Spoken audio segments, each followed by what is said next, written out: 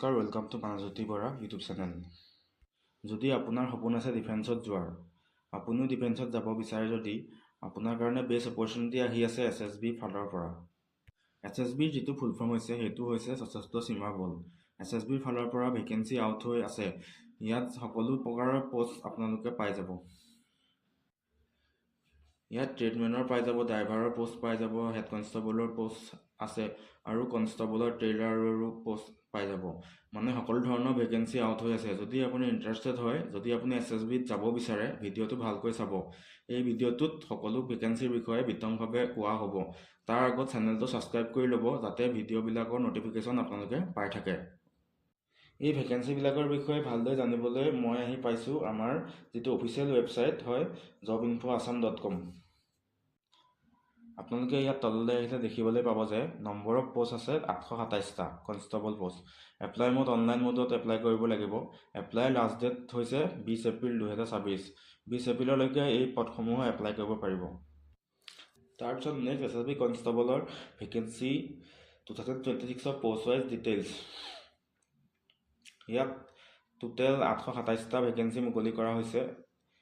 তাৰে কনষ্টেবল ড্ৰাইভাৰৰ কাৰণে আছে 553টা ভেকেঞ্চি, কনষ্টেবল ভেটেৰিনেৰীৰ কাৰণে আছে 34টা ভেকেঞ্চি, কনষ্টেবল গাৰ্ডেনাৰ কাৰণে আছে 41টা ভেকেঞ্চি, কনষ্টেবল টেইলাৰৰ কাৰণে আছে 41টা ভেকেঞ্চি, কনষ্টেবল বাৰ্বাৰৰ কাৰণে আছে 43টা ভেকেঞ্চি, কনষ্টেবল ৱাচমেনৰ কাৰণে আছে 74টা ভেকেঞ্চি, কনষ্টেবল কবলাৰ কাৰণে আছে 25টা ভেকেঞ্চি, কনষ্টেবল ৱাটাৰ কেৰিয়াৰৰ কাৰণে আছে 5টা ভেকেঞ্চি, কনষ্টেবল ৱেটাৰৰ কাৰণে আছে 3টা ভেকেঞ্চি, তাৰ পৰা কাৰ্পেণ্টাৰৰ কাৰণে আছে 7টা ভেকেঞ্চি আৰু কনষ্টেবল নাৰ্ছিঙৰ কাৰণে আছে 1টা ভেকেঞ্চি। টোটেল 827টা ভেকেঞ্চি SSB কনষ্টেবলৰ ফালৰ পৰা মুকলি কৰা হৈছে।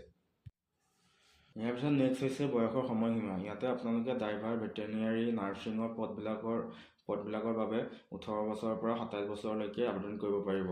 লগতে যিখিনি আপোনালোকৰ কাৰ্পেণ্টাৰ ভেকেঞ্চি আছে তাত আপোনালোকে 18 বছৰ পৰা 25 বছৰলৈকে আবেদন কৰিব পাৰিব। এই বাকী যিখিনি কনষ্টেবলৰ ভেকেঞ্চি আছে বা আদাৰ ট্ৰেড আছে তেওঁলোকে 18 বছৰ পৰা 23 বছৰলৈকে আবেদন কৰিব পাৰিব।